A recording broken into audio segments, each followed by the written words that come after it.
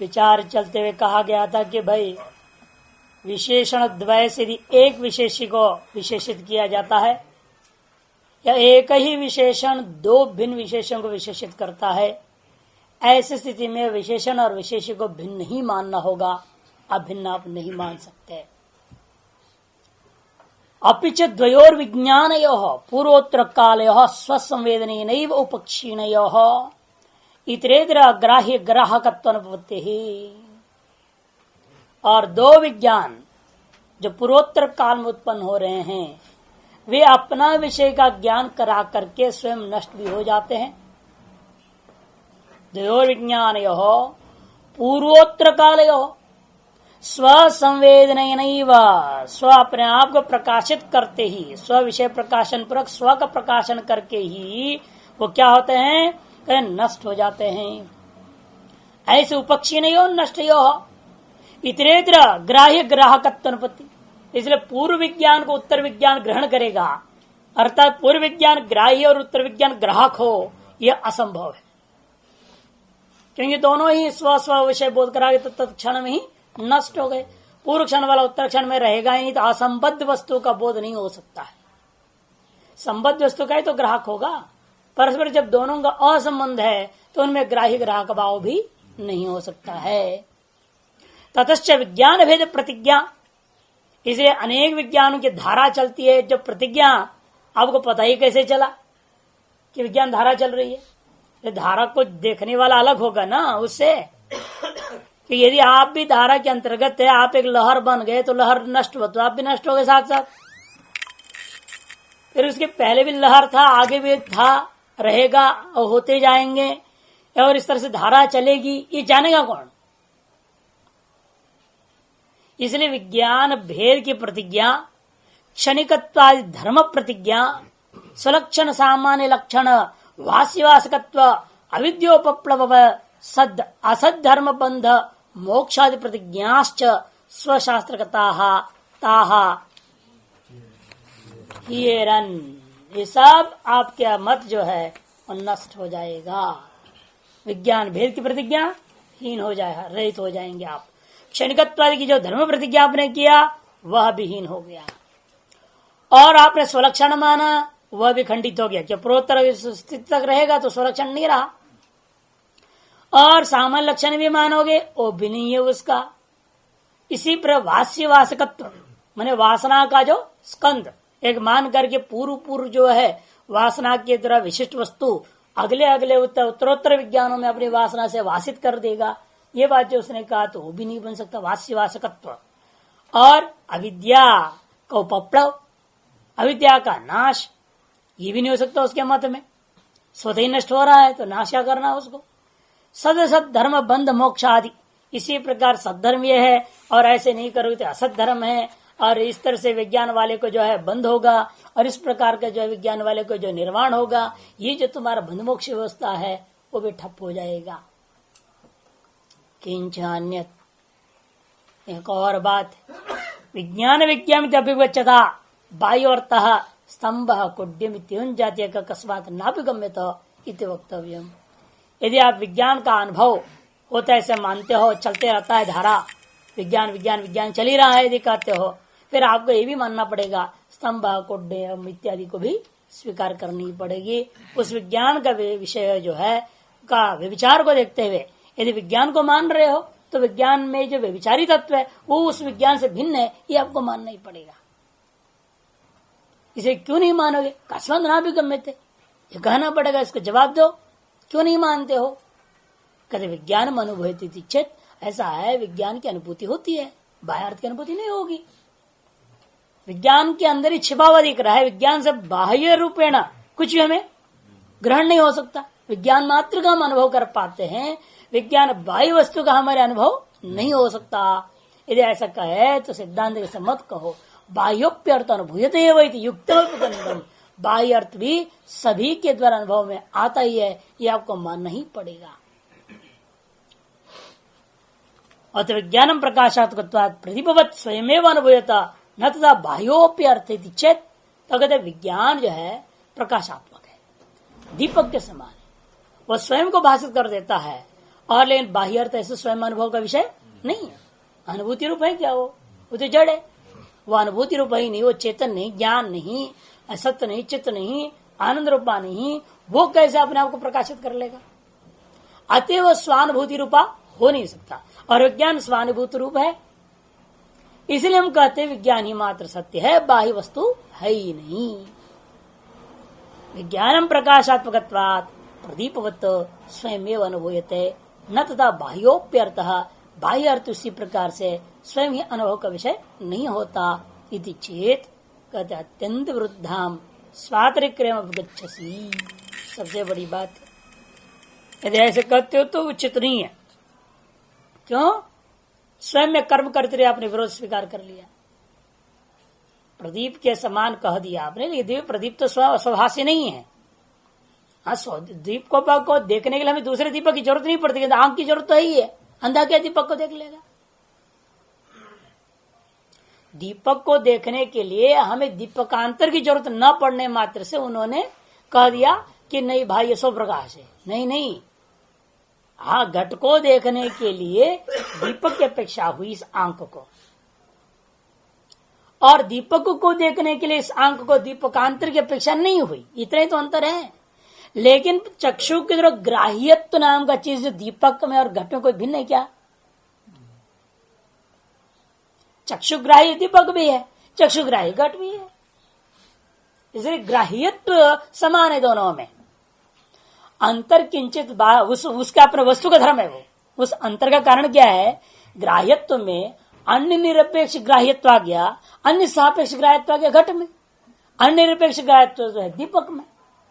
चक्षुग्राह्यत्व तो समान है, लेकिन चक्षुग्राह्य समान होने के बावजूद भी चक्षु के द्वारा अन्य निरपेक्ष, अन्य दीपकांतर, अन्य मन से दीपकांतर निरपेक्ष ग्राह्यत्व है दीपक में, और दीपकांतर सापेक्ष ग्राह्यत्व है घट में। है ग्राह्यत्व, इसमें कोई संशय नहीं है। अतः चक्षु वहां ग्राहक है, स्वभिन्नत्व नहीं है। और यदि दीपक स्वयं ही ग्राहक भी है और ग्राह्य भी है, यदि ऐसा कहोगे तो कर्म करते विरोध हो जाएगा। अग्नि स्वयं को जला दिया, अग्नि दूसरे को जलाता है, लेकिन अग्नि स्वयं को जलाने लग जाए, स्वयं ज्वल रूपी क्रिया का कर्ता भी हो गया और जला किसको? उसने अपने आप को जला लिया, तो वहां पर स्वयं कर्म भी हो गया। उसको तो कर्म कर्तृ विरोध, क्रिया का कर्ता भी खुद हो जावे और क्रिया का कर्म भी खुद हो, ऐसा यदि होता है और कर्म कर्तृ विरोध माना गया। वही कहते हैं अत्यंत वृद्धाम। कौन? कर्म और कर्तृत्व। क्रिया का जनक कर्ता होता है, क्रिया जन्य होता है कर्म। दोनों भी ना, जन्य और जनक। कर्म है जन्य, जनक है कर्ता। अत्यंत विरुद्ध है जन्य जनक भाव। वो अत्यंत विरुद्ध वस्तु को स्वात्मन क्रिया में अभिगच्छसि, स्वात्मा में अपने एक क्षण विज्ञान के अंदर उसका अपने स्वीकार कर लिया।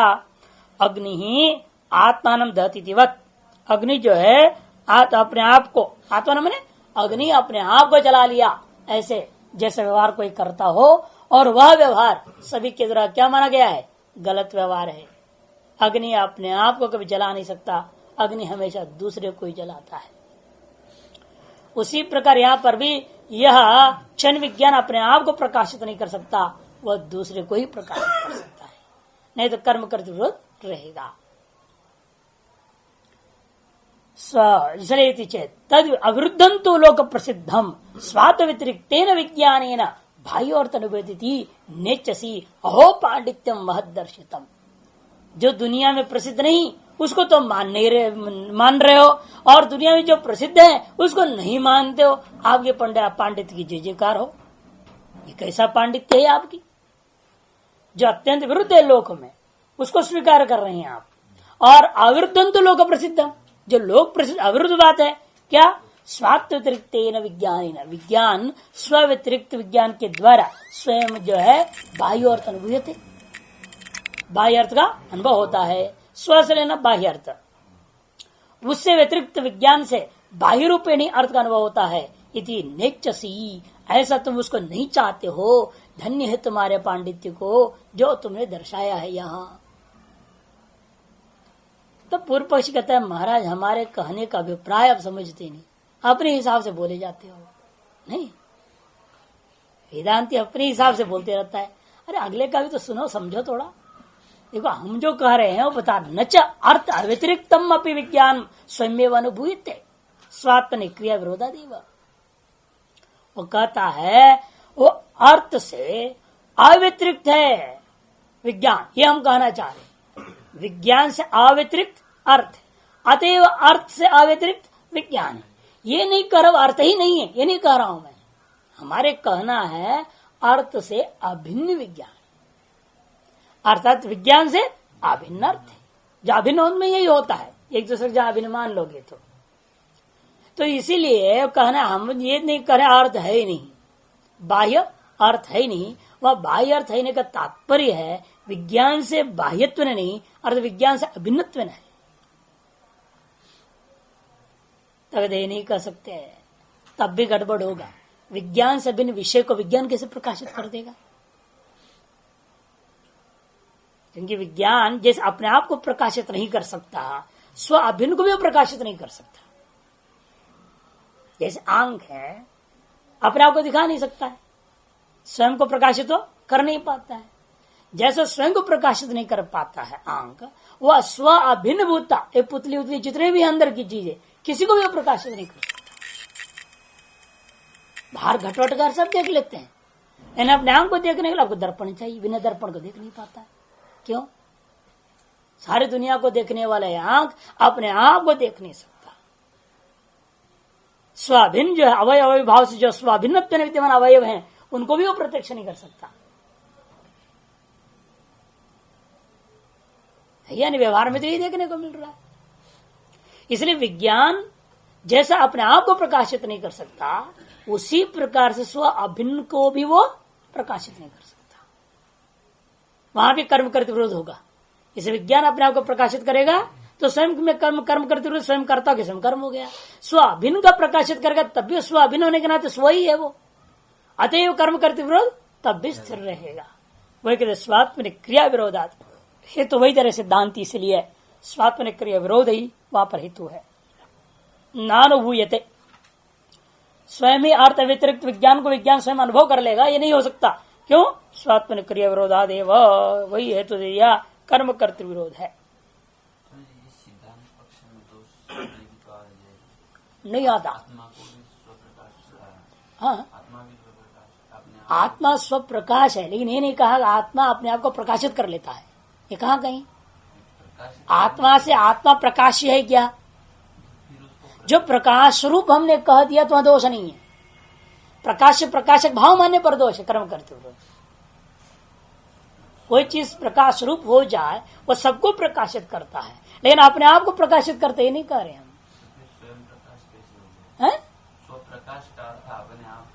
नहीं नहीं नहीं नहीं, ये नहीं अर्थ है कहीं भी नहीं।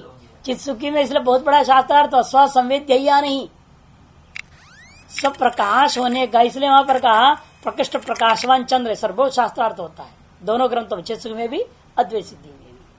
प्रकृष्ट प्रकाश चंद्र का मतलब क्या हो गया? प्रकाश अभिन्न चंद्र है, अर्थात प्रकाश प्रकाश्य चंद्र नहीं है, प्रकाशात्मक चंद्र है। वो हमारी चक्षु का प्रकाश भले हो रहा हो, इसीलिए हम कहते हैं वृत्ति व्याप्ति से हम ग्रहण कर सकते हैं, फल व्याप्ति नहीं होती। जैसे आप अपने वृत्तियों से प्रकाशवान चंद्र ग्रहण किए कि नहीं ग्रहण किए? चंद्र ने कहा क्या? मैं अपना को प्रकाशित कर रहा हूं। प्रकाश रूप है वो, प्रकाशात्मक है वो, उसको जाना कौन? प्रकाशात्मक है करके कि आत्मा अपने आप को नहीं कहा मैं प्रकाशात्मक हूं, मैं अपने आप को प्रकाशित कर ले रहा हूं, ऐसा नहीं है। वो प्रकाशात्मक है। ये तो वृत्ति व्याप्त अखंडाकार वृत्ति जो हुई अमावस्या कालीन जैसे दृष्टांत है, या दर्पण का स्ववापन वापस में जब बिंब की ओर, उन दृष्टांत समझने पर वो वृत्ति ने ग्रहण किया। अरे आज तक मैं अपने आप को प्रकाशक समझती थी दुनिया का, लेकिन मेरे को अब समझ में आता है ये प्रकाश रूप था। उसकी प्रकाश का एक किरण लेके मैं सारी दुनिया को प्रकाशित कर रहा था। ये बुद्धि को उस समय समझ में आ गई जब वृत्ति व्याप्ति उस तरह की हो जाए, अखंडाकार वृत्ति हो जाए। तो वृत्ति कह रहा है आत्मा प्रकाश स्वरूप है, उसी प्रकाश से मैं प्रकाशित होकर अपने आप को सारी दुनिया को मैं प्रकाशित कर रहा था। ये में भांत मनोभात सर्वम तस्य सर्वमिदं विभाति, इतने श्रुतियां इसलिए कही गई है। वहां कहीं ये नहीं है आत्मा अपने आप को प्रकाशित करता है, ये कहीं भी नहीं। वेदांत में मत नहीं है। और वृत्ति के लिए अविद्या है ही है, उसके अंदर तो वृत्ति वहां पर उसकी तरफ जाएगा ही नहीं। इसलिए वृत्ति अखंडाकार वृत्ति को मानना, इसलिए ब्रह्माकार वृत्ति अखंडाकार वृत्ति क्यों माना गया, इसी वजह से माना गया। यदि वृत्ति के द्वारा हम जान रहे हैं कि आत्मा स्वप्रकाश है, वृत्ति के द्वारा ही जाना जा रहा है। जैसे आप दीपक को जान रहे हैं, वो अपने आप को प्रकाशित कर ले रहा है कि ये कौन कह रहा है, दीपक अपने आप को प्रकाशित नहीं कर सकता, प्रकाश भाव नहीं हो सकता है। हमारे द्वारा उसको देखने के लिए अन्य की जरूरत न पड़ने से हम दीपक को प्रकाश माना। जैसे घट को देखने के लिए हमें दीपक का जरूरत पड़ा, वैसे दीपक को देखने के लिए हमें दूसरे प्रकाश की जरूरत नहीं पड़ी, इसलिए हम दीपक को क्या मानते हैं, प्रकाश रूप है। सूर्य को प्रकाश रूप माना, चंद्रमा को हम प्रकाश रूप मान रहे हैं। क्यों मान रहे हैं, इसीलिए क्योंकि उनको देखने के लिए हमें प्रकाशांतर की अपेक्षा नहीं हुई, यथा घटादि को देखने के लिए। तद्वत यहां पर अब उस समय अकल आएगी ना, जब मुक्ति होएगा, जब अपने स्वरूप में स्थित होंगे, तब समझ में आते इस बुद्धि को कि ये आत्मा क्या चीज है। अब तो पढ़ रहे हैं, सुन रहे हैं, समझ रहे हैं, लेकिन उस समय अनुभव में आएगा कि ये जो प्रकाश को लेकर मैं अपने आप को सब दुनिया का प्रकाशक मान रही थी, वास्तव में मैं प्रकाशक नहीं हूं, न प्रकाश रूप हूं, मैं जड़ हूं। जब वापस अपने मूल स्रोत की ओर घूम जाएगी तभी पता चल पाता है, नहीं तो नहीं पता चलता। उसी प्रकार यहाँ इसलिए वहां पर प्रतिबोध वितम मत इत्यादि केनोपनिषद में जो कहा गया है, प्रत्येक बोध के साथ उसका प्रकाश के बिना तो है ही नहीं वृत्ति कोई भी। वृत्तिवचिन चैतन्य, वह चैतन्य में अधिष्ठित होकर वृत्तिवचिन चैतन्य हुआ। यही अविद्या की महिमा है। जिस अधिष्ठान में रह रहे हैं उसी अधिष्ठान में अपने अधिष्ठान का प्रतिबिंब ले लिया अपने में। जैसे आकाश में विद्यमान जो बादल, ऊपर नीचे आगे पीछे सब आकाश ही है ना, बादल में कि नहीं है, सब जगह आकाश है, लेकिन फिर उस बादल आकाश का ही प्रतिबिंब बादल में पड़ जाता है। कैसे पड़ गया, उसी प्रकार यहां भी है, ऊपर नीचे सर्वत्र वही आत्मा है, लेकिन उस आत्मा में विद्यमान वह अधिष्ठान होता है, उस आत्मा में विद्यमान जो अविद्या उसी अधिष्ठान का अपने प्रतिबिंब ले लेता है। क्यों, सर्वत्र है ना वो, इसलिए कहीं भी स्थित रहे, उसमें कल्पित रूपेण विद्यमान भी रहे तो भी उस पर उसका प्रतिबिंब पड़ने में कोई आपत्ति नहीं।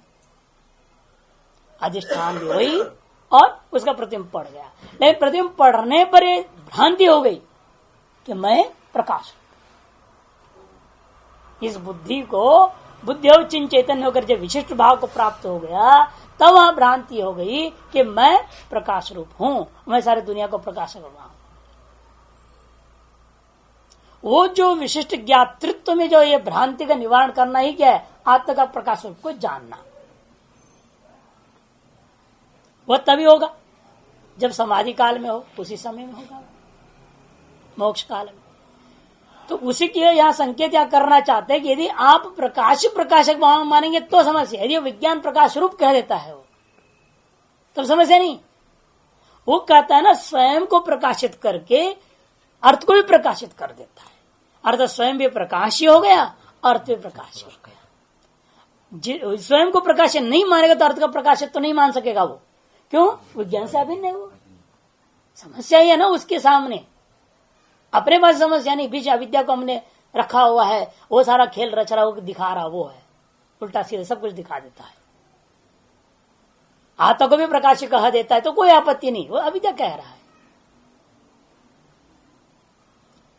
लेकिन उनके ये नहीं हो सकता ना, जब विज्ञान से अभिन्न अर्थ है, जब अर्थ प्रकाश है तो स्व अभिन्न, जब इस वस्तु जब प्रकाश है तो स्व भी उसमें प्रकाश कोटि में आ गया, तो विज्ञान में कर्तृ विरोध को बचा नहीं सकता। नन विज्ञान से स्वरूप व्यतिरिक्त ग्राह्यत्व तदप्य अन्येन ग्राह्यम तदप्य अन्येन अनवस्था प्राप्त होती। लेकिन वो कहता है हम इसलिए मान रहे हैं क्योंकि यदि विज्ञान भी प्रकाश्य है तो उसका प्रकाश कोई दूसरा विज्ञान मानना पड़ेगा।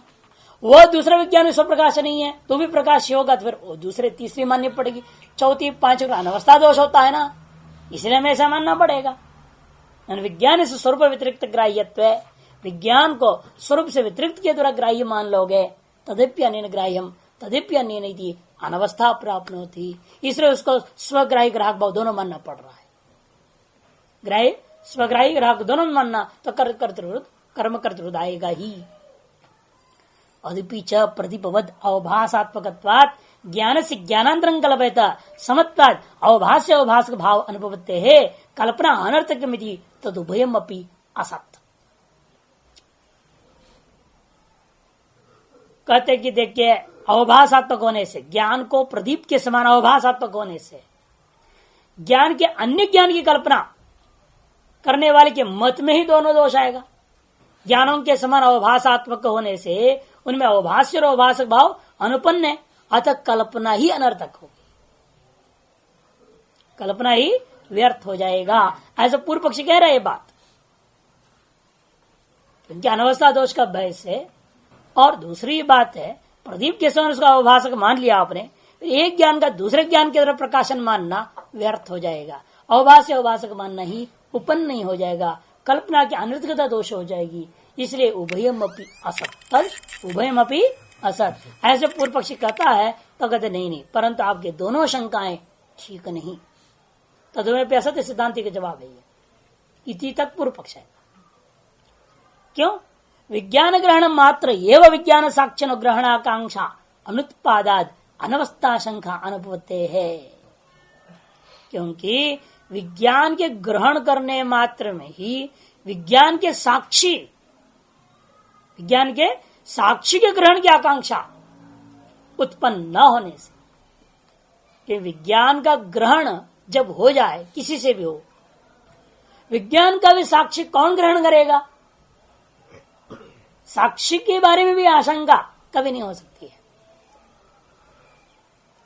क्योंकि जो विज्ञान अपने आप को प्रकाशक है, घटादि का प्रकाशक मतलब विज्ञान जिससे प्रकाशित हो जा रहा हो, वह भी किसी अन्य से प्रकाश है या नहीं, यह शंका नहीं उत्पन्न होता। क्यों? क्योंकि यह प्रकाशक होता हुआ विज्ञान जो है, घटादि का प्रकाशक होता हुआ प्रकाशी है, लेकिन साक्षी प्रकाशक होता हुआ प्रकाश्य नहीं है। साक्षी जो है प्रकाशक होता हुआ अन्य प्रकाशी हो, ऐसा किसी अनुभव में कोई, चाहे बौद्ध हो, चाहे न्यायिक हो, चाहे किसी कोई भी हो। नहीं तो न्यायिक आदि तर्कों में समस्या आ गई ना, व्यवसाय ज्ञान को अनव्यवसाय ज्ञान प्रत्यक्ष कर दिया, वो अनव्यवसाय ज्ञान का प्रत्यक्ष कौन करेगा? है? वो उसको तो नहीं, स्वतः प्रत्यक्ष है, वो तो स्वतः प्रत्यक्ष है, नहीं तो अनव्यवसाय दोष फंसेगी उनको भी। इसलिए व्यवसायिक ज्ञान का साक्षीभूत है जो अनव्यवसाय ज्ञान, उस अनव्यवसाय ज्ञान को जो प्रकाशन कर रहा है वो कोई अन्य नहीं मानना। यदि अन्य मानोगे तो अनवस्था दोष होती है, तार्किकों को भी मानना पड़ता है।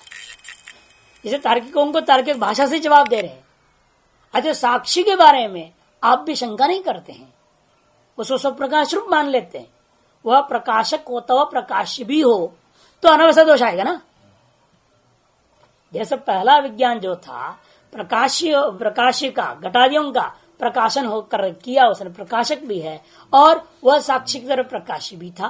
तभी आपने कहा मैं घट ज्ञान वाला हूं, ज्ञान वाला हूं जो कह रहे उसका मतलब ज्ञान का अपने प्रकाशन कर दी। ज्ञान वाले आपका प्रकाशन कौन करेगा? कोई और करेगा?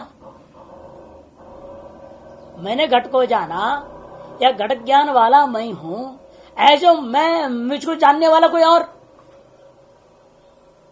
घट को जानने वाला मैं और मुझको जानने वाला कोई और होता तब तो मैं प्रकाशी होऊंगा, लेकिन मुझको जानने वाला कोई और नहीं। इसलिए जो है वो साक्षी के बारे में शंका नहीं होता है किसी के भी मत में, और नहीं तो समस्या खड़ी होगी, अनवस्था दोष तो रहेगा, सभी का तो बराबर हो जाएगा। और कोई भी व्यक्ति इसलिए साक्षीभूता जो भी तत्व हो उसका कोई भी नाम वो दें, लेकिन उस वस्तु को प्रकाश कभी नहीं मानते, प्रकाश रूप ही मानते। इसलिए कहते हैं विज्ञान साक्षिणः ग्रहण आकांक्षा अनुत्पादात्। विज्ञान का ग्रहण होने मात्र से विज्ञान का साक्षी का जो अनुभव जैसे होता है उसका भी ग्रहण करने की आकांक्षा किसी के अंदर उत्पन्न नहीं होता, अतएव अनवस्था की आशंका उत्पन्न नहीं होता। साक्ष्य प्रत्ययोश्च स्वभाव वैषम्या, साक्षी और विज्ञान में स्वभाव की विलक्षणता है। साक्षी स्वरूप है और विज्ञान विशिष्ट वस्तु है। साक्षी सामान्य है और विज्ञान क्या है? विशिष्ट, जो प्रत्यय उत्पन्न हुआ है वो तो वृत्ति जन्य है। हमारी भाषा में भी क्या वृत्ति है, उसकी भाषा में क्षण विज्ञान है, लेकिन वो तो क्षण विज्ञान है, उसको साक्षी से अलग माननी पड़ेगी और साक्षी को नित्य विज्ञान मानना पड़ेगा, नित्य प्रकाश रूप माननी पड़ेगी। यहीं ऊपर वो गड़बड़ा जाता है और अपने समाधान इसलिए हो गया, वो साक्षी को हम वो नित्य रूप माना, विज्ञान स्वरूप ही माना, प्रकाश रूप ही माना उसको, अति यहाँ समस्या हल हो जाता है। लेकिन उनके यहाँ नहीं हो पाता, क्योंकि साक्षी और प्रत्यय दोनों का बीच में स्वभाव की वैषम्यता जो है उसको स्वीकार करता नहीं। वैषम्यात उपलब्धि उपलब्ध भाव उपपत्ति है, इसलिए इनमें एक साक्षी जो है वो उपलब्धा हो जाएगा, दूसरा उपलब्धि हो जाएगा विज्ञान प्रत्यय। ये तो यहाँ बन सकता है स्वयं सिद्ध साक्षिणो अप्रत्याख्यता, और जो स्वयं सिद्ध साक्षी का प्रत्याख्यान कोई नहीं कर सकता है। किंचान्यत, और दूसरी बात यह भी है, प्रदीपवत विज्ञानम अवभासकांतर निरपेक्षम स्वयमेव प्रतत इति ब्रुवता अप्रमाण गम्यम विज्ञानम अनवगंत्रिकमिति उक्तम स्यात्। और दूसरी बात यह भी आपके मत में दोष आएगा, प्रदीप के समान विज्ञान अन्य अवभाषक की अपेक्षा के बिना स्वयं ही प्रकाशित होता है। ये कहना आपका जो इस प्रकार कथन करने वाले आपसे जो हम पूछे विज्ञान अप्रमाण गम्य है और अवगंता रहित है, ये कहना पड़ जाएगा। ऐसा कथन करता हुआ आपके मुख से निकल रहा है एक तरह से विज्ञान जो है प्रमाण गम्य नहीं, अप्रमाण गम्य है। हम लोग साक्षी गम्य मानते हैं, साक्षी स्वतः प्रमाण प्रकाश रूप होने से। लेकिन आप जब कह दिया विज्ञान ने अपने आप को प्रकाशित कर लिया, जैसे दीपक जो है प्रकाशांतर के अपेक्षा अपने आप को प्रकाशित करता है, उसमें हम दीपक को अपने प्रकाश स्वरूप मानते हैं, प्रकाश स्वरूप है वो, इसलिए हमारे मत दोष नहीं आता। लेकिन वो दीपक को स्वयं प्रकाशक में मान लिया। हर हमारे यहां दीपक प्रकाशक नहीं है, चक्षु प्रकाशक दीपक है, दीपक प्रकाश स्वरूप है। इस बात को दीपक स्वयं प्रकाशित नहीं कर रहा है, चक्षु प्रकाशित करता है और कहता है दीपक प्रकाश रूप है। यदि साक्षी कहे विज्ञान जो है प्रकाश रूप होने से उस विज्ञान को प्रकाशित करने के लिए विज्ञानांतर का जरूरत नहीं है, तो समझ में आती है बात। लेकिन साक्षी को मानना पड़ेगा, जैसे यहाँ चक्षु को अलग मानते हो बाह्य दीपक दृष्टांत में, वैसे वहां भी साक्षी को मानना पड़ेगा। वो साक्षी कहेगा कि विज्ञान और घट में ये अंतर है, जैसा दीपक और घट में अंतर है, घट को प्रकाशित करने दीपक की जरूरत पड़ी, लेकिन दीपक को प्रकाशित दीपक का अंतर जरूरत नहीं पड़ता, अतएव दीपक प्रकाश स्वरूप है, ऐसा चक्षु कहता है। उसी प्रकार साक्षी नाम का अलग वस्तु हो तब व्यवस्था बनेगी। भाई विज्ञान में और घटपटादि बाह्य संसार में अंतर क्या, तो घटादि का प्रकाशन करने विज्ञान की जरूरत है, इन विज्ञान को प्रकाश विज्ञानांतर का जरूरत नहीं हो रहा है, ऐसा ये बात कौन कहेगा? साक्षी कह सकेगा। स्वयं विज्ञान यदि कहेगा तो कर्म करते विरोध से बच नहीं पाओगे, कर्म करते विरोध नहीं बचोगे, और स्वयं ही अपने आप को प्रकाश जहां कर रहा है वो अप्रमाणिक हो जाएगा, प्रमाणगम्य नहीं होगा। कि जो प्रकाश का प्रकाशन करता है ना, वो प्रकाशक अपने को प्रकाशित करने लग जाए और तब उसको प्रमाणित करने लग जाए, क्योंकि अनधिगत विषय अर्थगंतृत्व में वह प्रमाणत्व, जो अनधिगत विषय है प्रमाणांतर से उसको अधिगत करने वाले का नाम ही प्रमाण होता है। और ये दीपक अपने आप को प्रकाशित करने का मतलब क्या, वह अनधिगत को अधिगत करा रहा है। कौन? दीपक। कराने वाला यदि दीपक है, वो किसको अधिगत कराया? किसको अधिगत कराएगा? यदि स्व भिन्न को अधिगत कराता है तो घट का जो है प्रकाशक होने से विज्ञान की तरफ प्रकाशित घट को हम प्रमाण गम्य मानते हैं, है ना। लेकिन विज्ञान भी यदि अपने आप को प्रकाशीय रूप में ग्रहण करने लग जाए तो स्व के प्रति स्वयं ही प्रमाण कभी नहीं होता। या तो स्वतः प्रमाण, फिर वो प्रकाशित तो नहीं रहेगा, फिर वो प्रमाण गम्य नहीं होगा। कि जैसे साक्षी है वो किसी प्रमाण गम्य नहीं है, सबका प्रकाशक होने के नाते वह स्वतः प्रमाणिक हो जाता है, प्रकाश के आधार पर वह स्वतः प्रमाणिक हो जाता है। क्योंकि प्रकाश उससे भिन्न है। जहां जिसमें प्रकाशत्व आ गया वह आपको उससे भिन्न प्रमाण से गम्य मानना पड़ेगा। जो भी प्रकाश है, यत् किंचित प्रकाशम तत्स्व भिन्न प्रमाण गम्यम, सामान्य यथा घटा। इसलिए विज्ञान में यदि प्रकाश है तो विज्ञान भिन्न प्रमाण गम्य मानना पड़ेगा उसको। नहीं मानोगे तो अप्रमाण गम्य वस्तु हो जाएगा आपका विज्ञान। यही कहने का मतलब अप्रमाण गम्यम विज्ञानम स्यात्। और तुम्हारे मत उस विज्ञान से अलग दूसरा है भी नहीं, उसको बोध कराने कोई साक्षी। अनवगंत्रिकम अपनी, इसलिए भी सिद्ध हो गया उसको अवगंता ही नहीं, उसका कोई प्रकाशक ही नहीं, मानना पड़ जाएगा। इति उक्तम स्यात् शिलाघन मध्यस्थ प्रदीप सहस्र प्रथनवत। इसलिए शिला मध्यम के विद्यमान जो है प्रदीप सहस्र के समान हो जाएगा, निरर्थक है वो सब। जैसे पत्थरों हो उसका बीच में आपने दीपक रख दिया, चारों तरफ से बंद है, दीपक का क्या फायदा है, किसको प्रकाशित करेगा? जो स्वयं प्रकाश यदि हो जाए तो वो किसी का प्रकाशन नहीं कर सकता है। इसलिए उसका ऐसा कोई प्रकाश रूप माननी पड़ेगी जिसमें प्रकाशित तो ना आवे।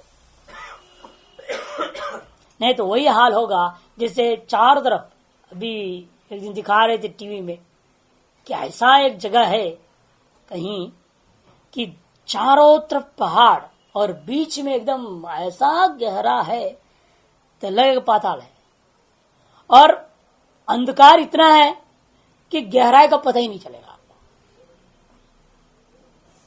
उसमें भी एक व्यक्ति ने साहस किया कि जाके देखा जाए, हम कहां जाएंगे, गिरेंगे मरेंगे जो कोई बात नहीं। उसने अपना सब मशीन उसन लगा लो, रिमोट सब लगा लिया, मोबाइल टोबाइल ले करके, और जो है वो उससे गिरा, रस्सी से नहीं पैराचूट से नीचे गया गया गया, काफी हद तक गया, और टॉर्च टॉर्च लिए हुए था ही वो। बड़ा मुश्किल से काफी दूर जाने के बाद उसको दिखाई दे रहा अभी पता ही नहीं कहाँ है अंत इसका। काफी नीचे जाने का तो घबरा के बोलने लगा ऊपर वाले को, भाई अब जो है वापस आने की रास्ता हम ढूंढ रहे हैं, नीचे का पता नहीं चल रहा है। ऐसे ऊपर वार्तालाप हो रहा है, वापस जाने के लिए प्रक्रिया शुरू करने ही वाला, इतने में धैर्य से आवाज आई उसको कि उसकी जो पैर है छू दिया नीचे।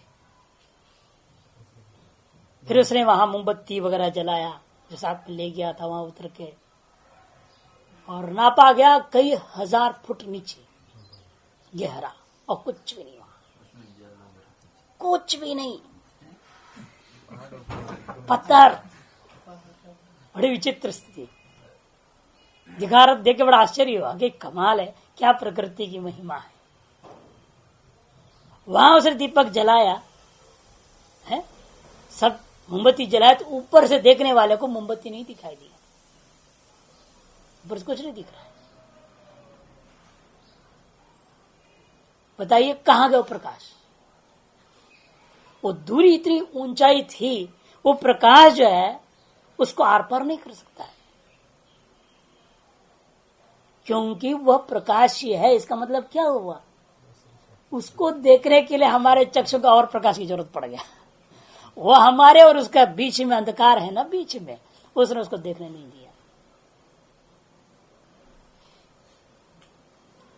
इसका मतलब ये सिद्ध हो रहा है प्रतिपादित के दृष्टांत के द्वारा आप सब प्रकाश तो सिद्ध नहीं कर सकते।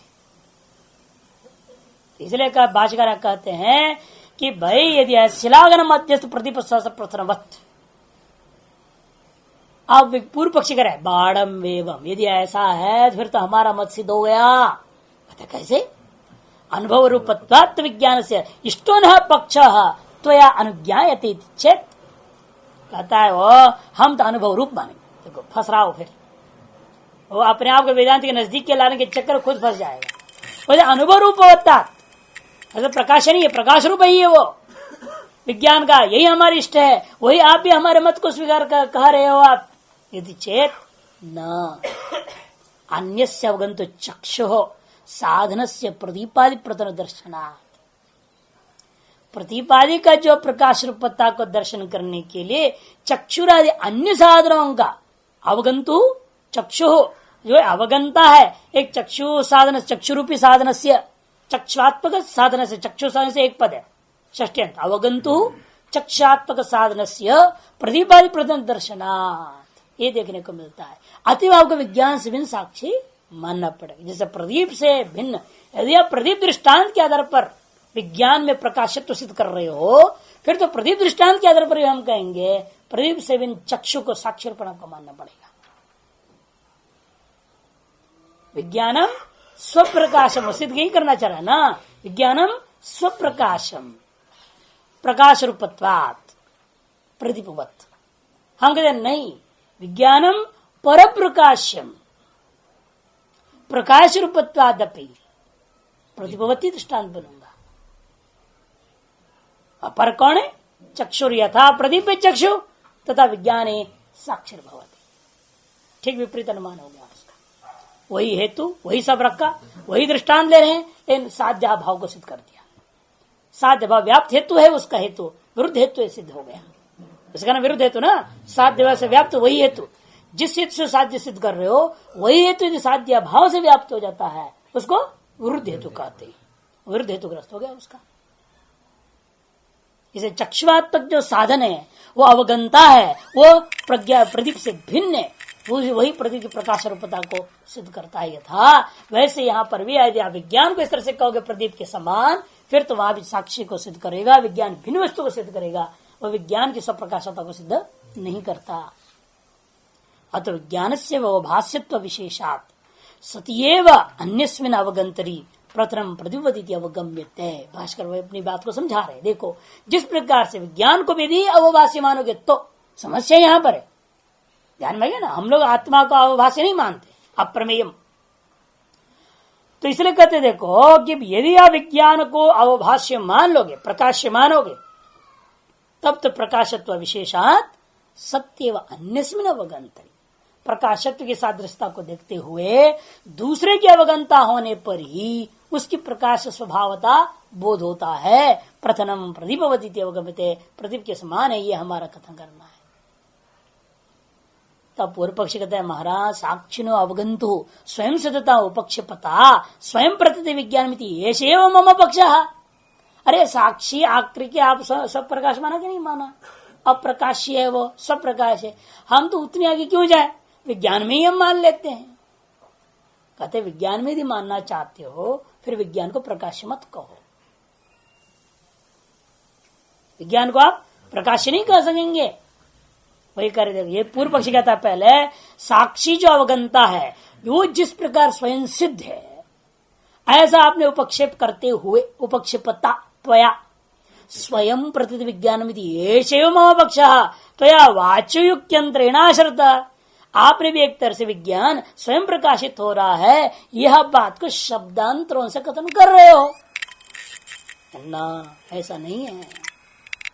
हम जिस साक्षी का बात कर रहे हैं, जो स्वयं प्रकाश कथन कर रहा हूं, वह हमारे यहाँ नित्य है और तुम्हारे विज्ञान में वो चीज नहीं हो सकता। क्यों? विज्ञान से उत्पत्ति प्रध्वंस अनेकत्वादि विशेषत्व अभिगमात। आपके यहाँ तो विज्ञान उत्पन्न प्रध्वंसशाली है, आपके विज्ञान अनेक है, हमारे विज्ञान अनेक नहीं है, साक्षी अनेक नहीं है। जो साक्षी आत्मा ब्रह्म तुरी जिसको शब्द से भी कहो वो हमारे यहाँ एक है और वो उत्पन्न विध्वंसशाली नहीं है, नित्य। अतः प्रदीपवत विज्ञान से व्यतिरिक्त भाव गम्यत्वम अस्माभिः प्रसादितम। इसलिए हमने कहा प्रदीप के समान विज्ञान भी व्यतिरिक्त के द्वारा ही, उस विज्ञान से भिन्न के द्वारा अवगम्य होता है। जैसा प्रदीप चक्षु के द्वारा अवगम्य है उसी प्रकार से विज्ञान भी साक्षी गम्य माननी पड़ेगी। यही हम यहाँ प्रसिद्ध करना चाहते हैं। अर्थात विज्ञान को अनित्य स्वप्रकाशात्मक वस्तु नहीं मान सकते। ये विज्ञान ही आत्मा है तो या तो उसे बिना तो मानो फिर साक्षी वगैरह को। फिर तुम जिसको विज्ञान कह रहे हो वो हमारे मत में क्या हो जाएगा, वृत्ति विज्ञान हो जाएगा। होने दो, कोई आपत्ति नहीं हमें। वो अनित्य है ही, उत्पन्न विनाशाली और अनेक भी है वो। यदि उस तरह से मानोगे तो कोई अंतर नहीं रह जाता है। वैधर्म्याच्च न स्वप्नादिवत, वैधर्म्याच्च न स्वप्नादिवत। और उसने दूसरा दृष्टांत दिया तो स्वप्न के समान दिया था दृष्टांत, कहते वो भी नहीं हो सकता। अर्थ बाह्यार्थ खंडन करने के लिए स्वप्नवत ने कहा था। लेकिन वही धर्म यहां स्वप्न के पदार्थ, वही धर्म तो बाधित, स्वप्न के पदार्थ बाधित होते हैं, लेकिन जागृत के पदार्थ जो जगत है कभी बाधित नहीं होता। यही वही धर्मता है स्वप्न और जागृत। स्वप्न से जागृत में आने के बाद स्वप्न के सगल पदार्थ जागृत भले बाधित हो जाता हो, लेकिन जागृत से जब स्वप्न में जाते हो तो स्वप्न में कभी ऐसा नहीं होता कि जागृत के सगल पदार्थ बाधित हो जाए। यदि स्वप्न में जागृत के पदार्थ बाधित हो जाता है तब तो सारा खेल खत्म हो गया, तो मोक्ष हो गया। यही तो होना जरूरी, जागृत को बांधने के लिए वेदांत पढ़ना पड़ रही, मिथ्या सिद्ध करने के लिए। और यदि ये स्वप्न में जाने के बाद आपको वहां पर बिल्कुल विवेक के साथ, मैं जो स्वप्न का दृष्टा जैसा स्वप्न को जागृत में जाकर बाधित कर लेता हूं, उसी प्रकार से इस समय मेरे लिए सारा जागृत वस्तु बाधित है, ऐसे यदि हो जाए स्वप्न में एक बार भी, तो आप मुक्त हो जाओगे। लेकिन होता ही नहीं, विचित्रता ही न सुषुप्ति में होता है न स्वप्न में होता है कि ये वस्तु वहां बाधित हो जाए। वहां से आने के बाद मालूम होगा आपको, अरे यहाँ का चीज वहां काम में नहीं आया, ये कहोगे। यहाँ का चीज भले वहां काम में नहीं आया और वहां का चीज यहाँ काम में नहीं आया, लेकिन वहां का चीज यहाँ काम न आने पर वो बाधित मान लेते हो, क्योंकि जानते हो कि भाई यहाँ का जो चीज बारंबार वही मिल रहा है, वहां का चीज नहीं मिल रहा है। इसलिए वही धर्म में अच्छा स्वप्नादि दृष्टांत भी आप नहीं दे सकते। न स्वप्नादि के दृष्टांत से जागृत ज्ञान निराधार हो जाए ऐसा नहीं हो सकता, निर्विषेक हो जाए ऐसा नहीं हो सकता। जैसे स्वप्न बाह्यार्थ रहित था, विज्ञान से उनमें बाह्यार्थ वास्तव में कुछ था ही नहीं, ये बात जागृत का निर्बाधित होने से ज्ञात हुआ। जैसे जागृत भी कहीं न कहीं बाधित हो जाता है जब, तब हम कहा तो कोई आपत्ति नहीं, वो तो मान ही रहा, हम भी कहते जागृत वास्तव में जागृत जगत है ही नहीं। लेकिन कब हम कहते हैं? मोक्ष में, मोक्ष से पहले नहीं। जब तक जागृत के बाधानुभूति नहीं होती तब तक हम जागृत को मिथ्या नहीं कहते हैं। जगत मिथ्या नहीं है, व्यावहारिक सत्यता वाला है, ये पूर्ण सत्य है ये तब तक जब तक ब्रह्म का निश्चय ना हो। उसके बाद ये बाधित हो गया, अतएव ये है ही नहीं, ये कहूंगा बाह्यार्थ हमारे अपने आत्मस्वरूप से भिन्न जगत नहीं है, उत्पन्न ही नहीं हुआ, अजात हुआ, तब हम लाएंगे। लेकिन जब तक हम इस जगत की बात करेंगे वहां तो हम सत्य मानेंगे उसको, ब्रह्म ज्ञान के पूर्व काल, और वहां पर जब सत्य मानेंगे तो विज्ञान से भिन्न वस्तु ही सिद्ध करूंगा, विज्ञान से अभिन्न नहीं। यदुक्तम बाह्यार्थ पल्लापिना स्वप्नादि प्रत्यवत जागृत गोचरापि स्तंभादि प्रत्या विनैव बाह्येन अर्थेन भवेयुः प्रत्यत्व अविशेषादिति। असल में सब हम ही लोगों से पढ़ा है ना, हम लोग भी कहते जगत मिथ्या दृश्यवत स्वप्नवत, ये पकड़ लिया उसने भी। लेकिन ये नहीं सोच रहा ये जो हम अनुमान बता रहे हैं ये व्यवस्था काल नहीं, संसार काल की बात नहीं है, व्यावहारिक सत्ता की बात नहीं है, ये पारमार्थिक बात है, बादोत्तर काल की बात कर रहे हैं, जिसने बाद हो गया इसलिए हम स्वप्न के समान बाधित होने के कारण से वह जगत को हम मिथ्या कहेंगे। उसको पहले से इसलिए समझाने के लिए अनुमान प्रयोग कर रहे, व्यवहार सत्ता काल में प्रयोग करने का मतलब ये नहीं होता है इस व्यवहार सत्ता काल में बाधित हो गया। वो अनुमान का प्रयोग व्यवहार काल में ही करते हैं, और व्यवहार के ही काल में अनुमान भी एक व्यवहारिक तत्व ही है, अनुमान भी जगदांतर वस्तु ही है, बाह्य नहीं है, वो आत्मा थोड़े है, वो भी एक वृत्ति ज्ञान है। इसलिए हम लोगों को यहाँ संवादी और विसंवादी का कल्पना कर किया है ना, इन्हीं के द्वारा इनका बाद हो जाएगा और यथार्थ पे पहुंच जाएंगे। उस तरह से वो मान लेगा तो कोई समस्या नहीं है, लेकिन उस तरह से मानता नहीं ना। बाह्यार्थ पल्लापिना, बाह्यार्थ का पल्लाप करता हुआ, खंडन करता हुआ आपके द्वारा स्वप्नादि प्रत्यय ऐसा दृष्टांत दे करके जागृत गोचरा पे जागृत सकल विषयों को भी स्तंभादि प्रत्ययों को विनैव बाह्य नर्तन भव्यो, स्तंभादियों का विज्ञान जो है बिना स्तंभादि बाह्य पदार्थों का हो जाएगा। ये जो कहा अपने प्रत्यत्व विशेषादिति, प्रत्यत्व विशेषादि कहा गया, तत्प्रतिवक्तव्यम, वह अभी उसका भी खंडन करना चाहिए, उसका परिहार करना चाहिए, इसलिए आरंभ करते हैं।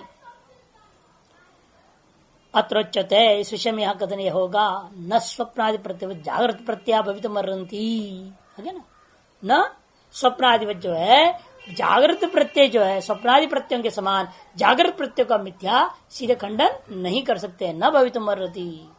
कस्मात वैधर्म्य में भवति स्वप्न जागृत हो, कि स्वप्न और जागृत में वैधर्म्यता दिखाई दे रहा है। किम पुनर्वैधर्म्यम बाधा बाधा विति ब्रूमा, आ गया ना, एक का नित्य बाध हो रहा है और दूसरे का नित्य बाध नहीं हो रहा है।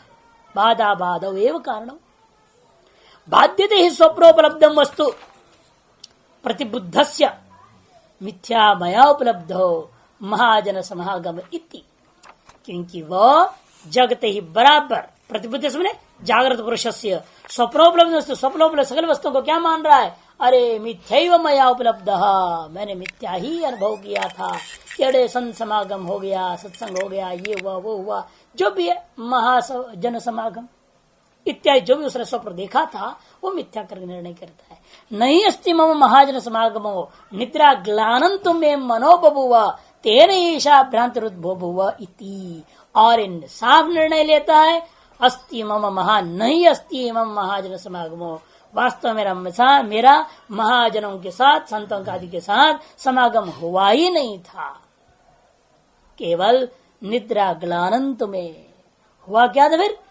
क्योंकि इतना ही हुआ, मन निद्रा से ग्लानि युक्त हो गया था, निद्रा से ग्लानि युक्त हो गया था मेरा मन, अतएव वह मन ने इस प्रकार की विलक्षण भ्रांति को उत्पन्न कर लिया था, ऐसा आप मानते हो।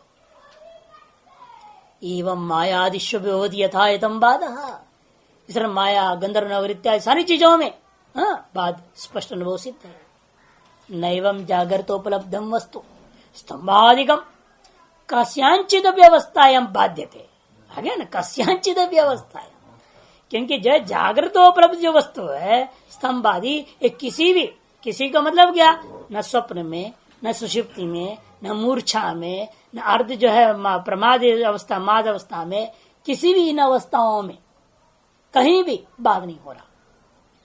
और मोक्ष को अवस्था रूप में नहीं मानते ना, तो स्वरूप ही है, इसलिए मोक्ष को अवस्था कोटि मत लीजिए, बोलने के लिए व्यवहार के समझाने के लिए कहा जाता है, इसकी अपेक्षा से इन अवस्थाओं की अपेक्षा से कहा जाता है मोक्ष अवस्था में बाधित होगा, कह दिया जाता है, लेकिन वास्तव में कोई मोक्ष की अवस्था नहीं, यदि अवस्था होगा तो फिर वो भी नाश हो जाएगा अवस्था, जैसी अवस्था नष्ट होगी अवस्था हेतु दे देंगे, मोक्ष अवस्था अनित्या जागृत अवस्था समस्या होगी ना, इसलिए वो अवस्था रूप नहीं है, एक व्यवहार में समझाने के लिए हम लोग उसके लिए अवस्था शब्द प्रयोग कर देते हैं सापेक्ष, उधर ये मत समझिए मोक्ष भी एक अवस्था है, ऐसा नहीं, वो तो स्वरूप ही है। इसे कहते देखो कस्यांचित व्यवस्था न बाध्यते अपिच स्मृति रेशा यह स्वप्न दर्शनम उपलब्धिस्तु जागृत दर्शनम, और दूसरी बात स्वप्न का सारा जो अनुभव है उसको जगने यही कहोगे वो स्मृति रूप रह जाता है, लेकिन जागृत का दर्शन अनुभव कभी स्मृति रूप नहीं हो जाता।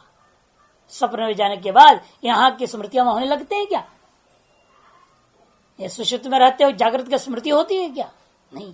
इसीलिए वो ये भी एक वैधर्म्यता, दूसरी वैधर्म्यता दिया कि जो है स्वप्नादि क्या है स्मृति रूपा होते हैं, और लेकिन जागृत सदा अनुभूति रूप ही रह जाता है। स्मृति उपलब्धिश्च प्रत्यक्षम अंतरम स्वयं अनुभूयते है, स्मृति और उपलब्धि का प्रत्यक्ष सभी को स्वयं ही सभी लोग इन दोनों का भेद को समझते हैं। अर्थ प्रयोग संयोगात्मकम इष्टम पुत्रम स्मरामी नोपलाभ है, कहते हैं अर्थ का विप्रयोग और अर्थ का संप्रयोगात्मक जो इष्ट है पुत्र उसको मैं स्मरण कर रहा हूं, नोपलभ है मुझे उपलब्ध नहीं हो रहा है, उपलब्धुम इच्छामि मैं उपलब्ध करना चाहता हूं। यानी कि स्मृति और उपलब्धि भिन्न हो गया ना, स्मृति तो इस वाक्य में क्या है सिद्ध रूपता को प्राप्त है, और उपलब्धि अभी साध्य है, मैं उपलब्ध करना चाहता हूं, अब साध्य कोटि में है वो, इसलिए स्मृति और उपलब्धि को अत्यंत भिन्न वस्तु मानना ही पड़ेगा। और स्वप्न आदि सारी अवस्थाएं जो अन्य है जागृत से भिन्न, वह जागृत में क्या हो जाता है स्मृति कोटि में आ जाते हैं। लेकिन जागृत के वस्तु जागृत में भले ही पूर्वोत्तर काल वेद से स्मृति का विषय बन जाते हैं, लेकिन जागृत का वस्तु स्वप्नादि अवस्था में स्मृति का विषय नहीं होती। या स्मृति का विषय नहीं कहने का तात्पर्य है जैसे स्वप्नादि जागृत स्मरण में हो जाते हैं, जैसे जागृत का स्मृति स्वप्नादि में नहीं होता। ये यहाँ तात्पर्य, यानी कि जागृत के वस्तु स्मृति का विषय नहीं होता, ऐसी बात नहीं। जागृत के वस्तु पूर्व कालीन में अनुभूत वस्तु उत्तर काल में स्मृति का विषय हो सकता है, लेकिन जागृत में ही जागृत का वस्तु पूर्वोत्तर काल भेद से, देश भेद से स्मृति का विषय हो जाता है, लेकिन अवस्थान्तर में स्मृति का विषय नहीं होता। अतएव इसका बाद नहीं होगा। यहां भी स्मृति होते हैं ना, जैसे कल का आप स्मरण कर ही रहे, व्याकरण अब याद में सारी बहुत सारे शास्त्र याद है आपको, लेकिन याद है तो सब जागर क्या मिथ्या हो गया, क्या भयित हो गया? नहीं, क्योंकि यहां जो हो रहा है अनुभव सम अवस्था में ही, उसी अवस्था में जिस अवस्था में अनुभूति हुई उसी अवस्था में स्मृति भी हो रही है। अतएव बाध्यपद भाव नहीं है, कार्य कारण भाव है, बल्कि लेकिन वहां बाध्यपद इसलिए बनता है अवस्था भेद से। स्वप्न की अवस्था में जो अनुभव था वो यहां के बाधित होकर के स्मृति मात्र रह गया। दोबारा वस्तु वास्तव में अनुभव में आता ही नहीं, लेकिन वहां यहां का वस्तु वहां जाकर के बाधित होकर स्मृति का विषय हो जावे, ऐसा कभी नहीं होता। ये उस दृष्टि से कार्य है। तत्रैवं सति न शक्यते वक्तुम मिथ्या जागृत उपलब्धि उपलब्धित्वात् स्वप्नोपलब्धि वदिति उभयोर अंतरम स्वयं अनुभवता। इसलिए ऐसा कहना बिल्कुल असंभव है। जो साक्षात अब अनुभव कर रहे हो फिर भी कहोगे कि नहीं भाई उपलब्धि भी जो बाधित हो गया, ये कहना उचित नहीं। जागृत उपलब्धि मिथ्या उपलब्धित्वात् स्वप्नोपलब्धिवद इति उभयोर अंतरम स्वयं अनुभवता। ऐसा दोनों के अनुभव अंतर को स्वयं अनुभव करता व्यक्ति न शक्यते वक्तुम, ऐसा कथन करना उनके लिए संभव नहीं है। न च स्वानुभव उपलाप प्राज्ञमानिभिर युक्त कर्तुम, अपने आप को विद्वान मानने वाले आप लोगों का अपने ही अनुभव का खंडन करें, ये उचित नहीं है।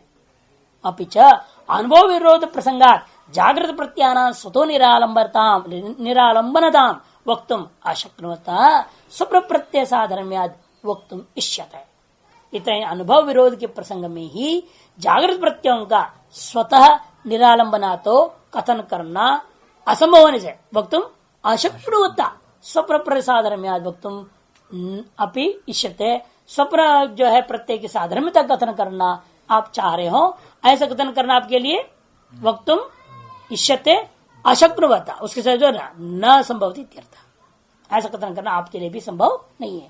अनुभव के साथ विरोध प्रसंग के भय से, अनुभव के साथ विरोध का प्रसंग है, इस भय से आपको जागृत प्रत्ययों को मानना पड़ जाता है। प्रत्ययों को स्वयं निरालंबनता कहना संभव नहीं है, आपको मानना पड़ेगा जागृत प्रत्यय सालंबन। अर्थात जागृत प्रत्यय बाह्य विषय आलंबन को करता है, स्वभिन्न बाह्य विषय का आलंबन करता है, यही मानना होगा। निरालंबन होता है ये नहीं मान सकते। यो यस्य स्वतो धर्म न संभवती स अन्य से साधर्म्यात् तस्य संभविष्यति। जो धर्म जिसका अपने में नहीं घट रहा हो वह दूसरे के साधर्मता को प्राप्त करके दूसरे के अंदर भी अब घटाना संभव नहीं। जैसे वन्य और धूम का विषय जो कार्यकारण भाव जिस प्रकार यदि न होता आप अन्यत्र ले जाकर उसका आरोप नहीं लगा सकते थे। नहीं अग्निरुष्णो अनुभूय माना उदक साधर्म्यात् शीतो भविष्यति। बाधित में होता ना, अग्नि कोई कहता अनुष्ण द्रव्यत्वात् जलवत, ऐसा कोई कर नहीं सकता। क्यों? किंच साधर्मता है ना, द्रव्यत्व रूपी साधर्मता तो है, उतने मास से अग्नि कभी शीत नहीं हो सकता। अपने धर्म को त्याग करके अन्य धर्म वाला हो जावे ये कभी नहीं हो सकता। इसलिए उपलब्धित्व रूप सादृश्यता को लेकर स्वप्न के समान जागृत को सीधे ही मिथ्या आप नहीं कर सकते हैं। दर्शतंतु वैधर्म्यम स्वप्न जागृति।